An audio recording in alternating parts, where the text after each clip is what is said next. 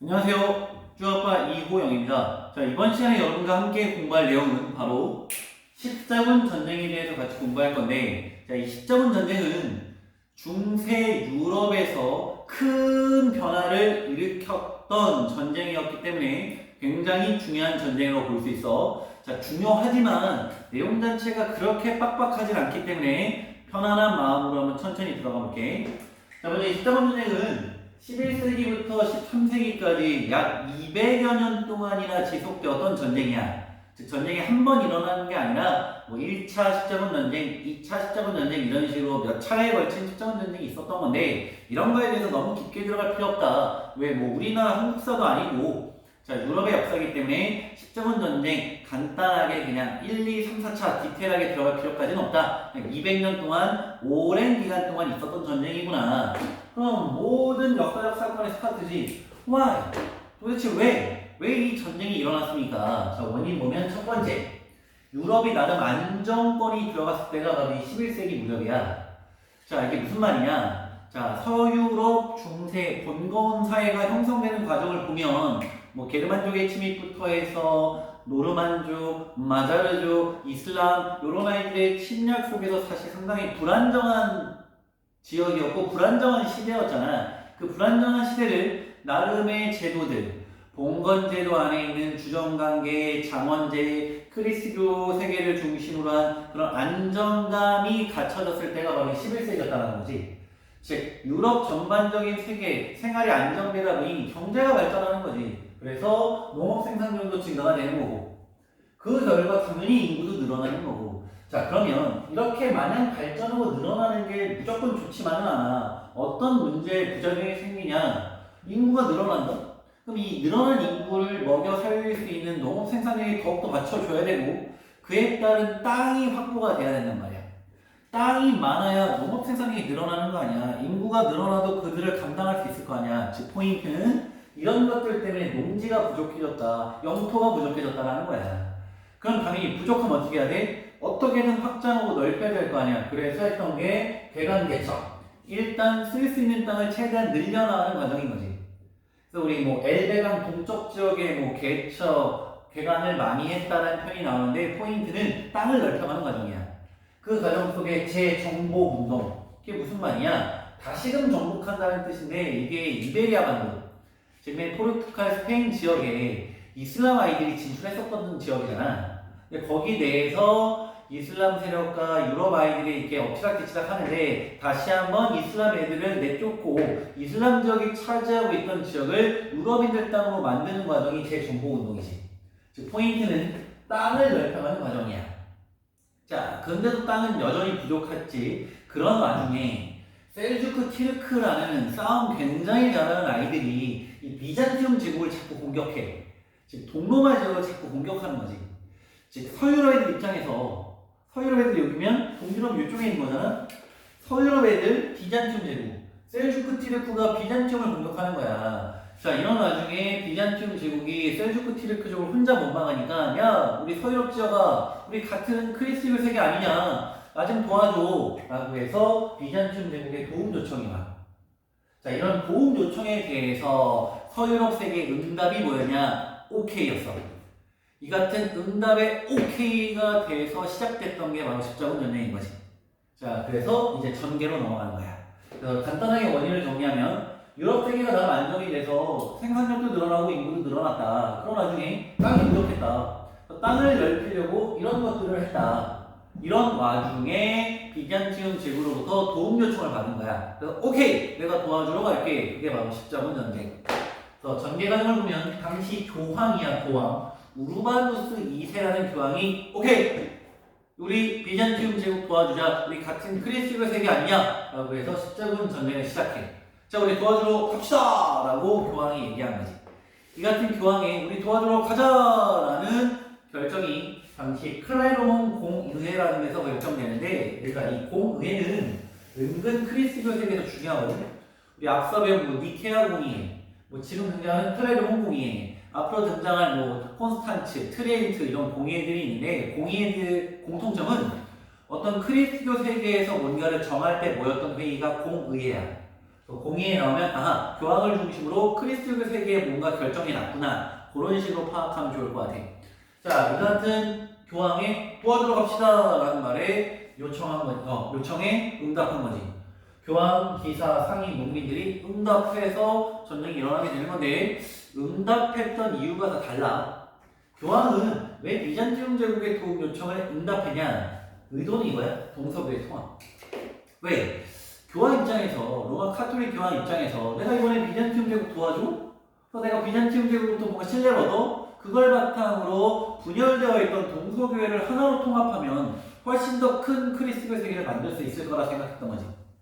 자, 그리고 성지회. 그렇지. 이것도 또 다른 중요한 이유지. 우리 5대 교구라고 있었잖아. 5대 교구 중에 로마 지역과 콘스탄티노폴리스를 제한 나머지 3대 교구. 뭐 외울 필요는 없어. 뭐 예루살렘이라든지 안티오크라든지 알렉산드리아. 이 지역은 저쪽으로 뺏겨 있었잖아, 동쪽에. 게다가 그 갖고 있던 두 개의 교구. 로마와 콘스탄티노폴리스 중에 비잔티움 제국 수도였던 콘스탄티노폴리스조차 위협받고 있는 거잖아. 그러니 이 콘스탄티노폴리스 교구는 지키는 거 물론이거니와 예루살렘이라든지 안티오크, 알렉산드리아 나머지 교구도 이 기회에 우리가 차지하자. 동쪽으로 가서 그쪽 지역까지 확보하자라는 목적도 있었던 거지. 교황의 의도. 자, 기사는 왜 이 같은 응답 보호의 요청이냐? 자기 땅을 넓히려고. 얘는 땅 필요하잖아. 그래서 얘네 입장에서 동쪽에 새로운 비잔티움 제국, 그 나아가 더 옆쪽으로 가서 땅을 확보하고 싶은 마음이 있었던 거지. 그다음 상인들은 왜 참여하냐? 돈. 동방구역을 독점하고 싶었다. 이게 무슨 말이냐면 서유럽인들 입장에서는 동쪽에 있는 문물들, 뭐 이때 대표로 향신료 같은 게 있거든. 굉장히 고가야. 이거 갖고 들어오면 정말 떼돈 버는 건데 너무나 멀리 떨어져 있고 특히 이때 이 무역을 동방무역을 지금의 중동 지역 이슬람 상인들이 많이 독점하고 있거든. 그럼 서유럽 애들 입장에서는 그 동방무역의 주도권을 자기네들이 갖고 오고 싶은 거지. 그럼 그 지역의 무역권을 차지하려면 그 지역의 영토를 확보하고 그 지역의 우위를 갖고 있어야 될 거 아니야. 그래서 이번 기회에 십자군 전쟁을 통해 이 지역 정복하면 이 지역에 자기네들이 동방무역을 독점하려고 했던 거지. 그래서 이들은 돈을 벌 목적으로 갔다. 대표적으로 이탈리아 상인들이 이 영화에 굉장히 집중하거든. 이탈리아 중에 특히 베네치아 상인. 자, 그 다음 농민들은 왜 전쟁에 참여했냐? 왜? 이들 농노였잖아. 농노와 농민 입장에는 기회야. 이번에 전쟁 가서 내가 공을 세우면 신분이 올라갈 수 있는 거지. 자유민이 될 수 있고 심지어 기사까지 올라갈 수 있는 기회의 땅이 바로 십자군 전쟁이었던 거지. 결론은 우르바누스 2세가 자 우리 도와주러 갑시다 라고 결정했을 때 오케이 했지만 그 목적과 의도들이 다 달랐다는 거지. 교황은 이런 목적, 기사들은 이런 목적, 상인들은 이런 목적, 농민들은 이런 목적, 이런 다양한 목적들이 아우러져서 시작된 게 십자군 전쟁이야. 지금부터 이제 전개 과정을 볼 건데 여러 차례가 있어. 근데 그 중에 여러분이 기억할 건 2번 정도. 1차 십자군 전쟁과 4차 십자군 전쟁. 사실 이 십자군 전쟁은 깊게 들으면 되게 재밌어. 이 당시 사자왕이라는 막 영국의 유명한 왕도 등장하고, 이스라엘이 자랑하는 영웅, 살라딘 이런 애들도 있는데, 깊게 재밌게 설명하면 좋으련만 시간적인 관계로 혹시 기회가 된다면 십자군 이야기, 십자군 전쟁 관련된 책들 많거든? 한번 읽어보면 되게 매력에 빠질 수 있을 거야. 자, 수업으로 돌아와서는 딱 2개, 1, 4차. 1차 때 왜 기억해야 되냐? 유일하게 성지를 찾아와. 바로 이 예루살렘이라는 이 성지를 십자군 전쟁 1차 원정군이 딱 확보를 하게 되거든? 거의 유일하게 성공한 원정이야. 그래서 이 예루살렘 지역에 예루살렘 왕국을 만들었다. 성공한 십자군 원정이었다. 근데 그 뒤에 이제 이슬람의 슈퍼 히어로 같은 살라딘에 의해서 다시 뺏기고 막 이런 과정들을 겪거든? 그래서 쭉쭉쭉 지나서 4차. 이 4차 십자군 전쟁은 좋은 의미로 기억되는 게 아니야. 이건 나름 십자군 원정 입장에서는 나름 좋은 의미. 4차는 사실 굉장히 추악해. 왜 추악하냐? 상인들이 돈 벌려고 해서 상인들이 십자군 전쟁에 많은 후원금을 낸단 말이야. 근데 출발을 하는데 뭔가 시원찮아. 가서 큰 성과도 없고 성지도 못 찾아와. 이미 떠났잖아. 뭔가를 얻어와야 후원했던 상인들 입장에서는 이득을 얻을 거 아니야. 그래서 이 말도 안 되는 일이 벌어져. 이 상인들이 압박을 해서 4차 십자군 애들 보고 뭐라 그러냐? 콘스탄티노폴리스를 점령해라. 그 지역 점령해서 그 지역의 이권을 내가 차지하고 싶으니 그 지역을 점령해라라고 시켜. 네, 그럼 이게 너무 말이 안 되는 게 뭐냐면 애당초 이 십자군 전쟁은 비잔티움 제국이 도와줘라고 해서 서유럽 애들이 도와주러 간 거잖아. 도와주러 간 애들이 비잔티움 제국 수도를 점령한 거야. 이 얼마나 말이 안 되는 상황이니. 도와줘 해서 그래 알았어 도와주러 왔어 했는데 오히려 내 집을 차지해버리게 된 거야. 정말 추악한 거지. 자, 그래서 4차 십자군 전쟁은 굉장히 부정적인 거. 그래서 콘스탄티노플에서 점령하고 말도 안 되는 지네 멋대로 라틴 제국 만들어 놓고 이득 같은 걸 상인들이 가져가게 된 거지. 십자군 전쟁은 여러 차례 있지만 1차 성공적이었다, 4차 추악했다 정도로 정리하면 될 것 같아. 그래서 결과적으로 십자군 전쟁은 실패해.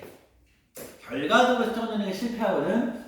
실패했지만 중세 유럽은 물론이거니와 그 인근에 엄청난 파급 효과를 가지고 왔다. 이 결과에 조금 더 포커스를 맞춰주면 될 것 같아요. 결과. 교황권이 쇠퇴한다. 당연하지. 교황이 주도해서 야 도와주자라고 한 거잖아. 뭔가를 주도했는데 운동이 실패로 끝났다? 당연히 영향력이 약해질 수밖에 없는 거지. 교황권이 쇠퇴한다. 그리고 기사계층도 몰락해. 왜 몰락하냐? 실패하잖아. 여러 차례 가잖아. 여러 차례 원정을 가거든. 갈 때마다 기사계층 입장에서는 전쟁에서 이기든 지든 피해와 희생이 발생하잖아. 기사계층의 숫자가 줄어. 많이 죽었다고. 죽어도 죽거니와 원정 실패했으니 당연히 얘네도 영향력이 약해질 수밖에 없지.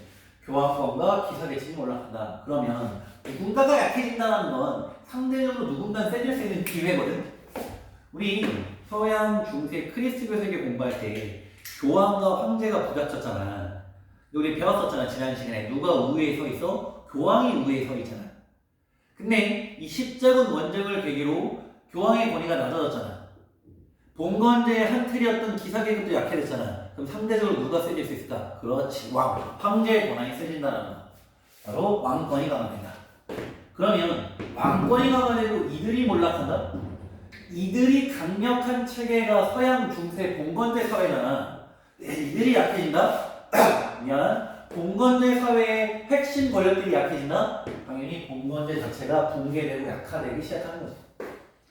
십자군 전쟁은 서양 중세 봉건제 사회를 흔들거리게, 심지어 무너지게 만드는 전쟁이 바로 십자군 전쟁이에요.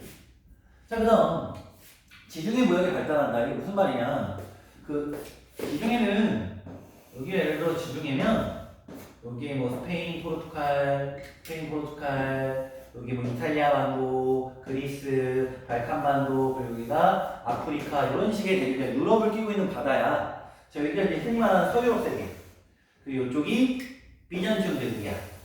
자, 근데 200년간 계속 이쪽 쪽에서 전쟁이 일어났잖아. 전쟁이 일어나서 왔다 갔다 하면서 이 지역을 중심으로 교류와 물자 이동, 무역이 활발해지거든. 지중해 끼고 있잖아.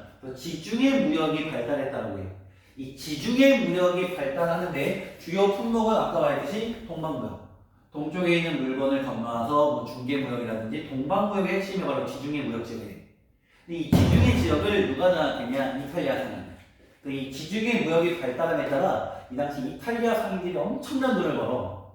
근데 이게 왜 은근 또 중요하냐면 이때 이탈리아 상인들이 돈 많이 벌거든. 돈이 많이 번다? 다른 곳에 투자할 곳이 여러 개 생기는 거잖아요. 우리 돈이 있을 때 발전하는 게 경제가 발전했을 때 같이 따라 발전하는 게 문화야, 문화. 이때 이탈리아 상인들, 이탈리아 지역을 중심으로 문화, 예술 이런 산업이 크게 발달하거든. 그러면서 훗날 나온 게 르네상스로 연결되는 거야. 자, 알아보면 좋아. 나중에 르네상스 배울 때 또 나오는 내용이거든. 자, 지중해 무역이 발달했다. 자, 그다음 비잔티움 문화와 이슬람 문화가 들어오는 거지. 서유럽 세계. 당연한 거지. 생각했잖아. 여기 서유럽 세계. 비잔티움. 이거 계속 전쟁 벌인 거 아니니? 근데 이쪽 지역에 비잔티움 문화가 있고 이쪽 지역에 이슬람 문화가 있잖아. 이 문화들이 유럽으로 유입된 거지. 새로운 문화의 유입이라는 건 굉장히 건강한 자극 충격이야. 그래서 이 같은 비잔티움과 이슬람 문화의 유입으로 서유럽 문화가 한 단계 발전하게 되는 거지. 왜냐면 이때 서유럽 애들은 오로지 신이잖아. 오로지 크리스교 중심이잖아. 그런 아이들에게 비잔티움 문화와 이슬람 문화가 들어온 건 정말 그들의 닫혀있던, 굉장히 편협됐던 그 당시 기준으로 오로지 신만 바라봤던 뭔가 닫혀있던 문화세계가 한 단계 업그레이드되고 확장되는 계기가 나온 거지. 이것조차 나중에는 르네상스와 서양 중세가 무너지게 되는 또 다른 계기가 되는 거지. 이게 바로 십자군 전쟁의 결과. 자, 지금까지 10자군 전쟁 배웠는데 별거 없다.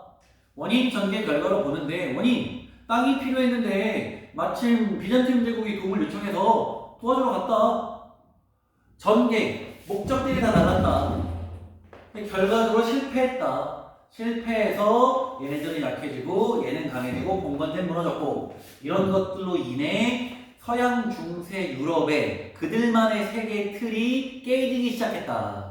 이 정도로 정리하면 될 것 같아. 자, 교과서 내용 나와 있으니까 한 번쯤 읽어보면 복습하고 항상 강조하는 거 건강 잘 챙기고 복습 잘하기. 자, 열심히 하자. 안녕.